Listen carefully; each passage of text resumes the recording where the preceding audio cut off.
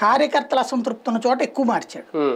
అభ్యర్థులు సొంతగా మారినటువంటిది పార్టీ వాళ్ళని మార్చినటువంటి దాంట్లో ఎక్కువ కార్యకర్తల అసంతృప్తి ఉంది.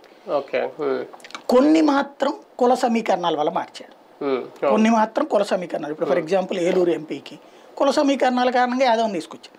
అలాగే నరసరావుపేట కుల సమీకరణాల కారణంగా మార్చాడు. అంటే బీసీలకు ఇవ్వాలనుకోవడం వల్ల మార్చాడు. మిగతాదైతే కార్యకర్తల అసంతృప్తిని చల్లార్చడం.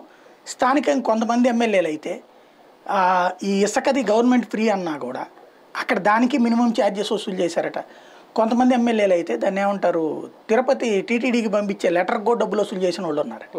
అట్లాంటి వాళ్ళని పక్కన పెడుతున్నాడు. అవి గ్రౌండ్ లెవెల్లో రోజు కట్టడి చేయలేరు కదా, ఎండింగ్లో ఇప్పుడు కట్టడి చేసుకునే పని. దీనికి ఈ లోపు వాళ్ళు చేసేసిన ఏదో పనులకి పార్టీ దెబ్బతిన్నా తినచ్చు. అంటే పైకి సామాజిక న్యాయం అనే ఒక కోణం కనిపిస్తున్నా జగన్మోహన్ రెడ్డి గారు తీసుకుంటున్న నిర్ణయాలు మార్పులు చూస్తూ ఉంటే ఈసారి కంప్లీట్గా యంగ్స్టర్స్ ఉండాలి మొత్తం. అంటే 175 స్థానాల్లో ఎమ్మెల్యే పొజిషన్లో అభ్యర్థులందరూ యంగ్స్టర్స్ ఉండాలి. అదే నేపథ్యంలో తన మాట వినేవాళ్ళు మాత్రమే ఉండాలి. అందుకే సీనియర్లని అవసరమైతే వాళ్ళని ఎమ్మెల్సీలుగా చేయడమో లేదంటే వాళ్ళని ఎంపీలుగా చేయడమో పక్కన పెట్టడం ఏదో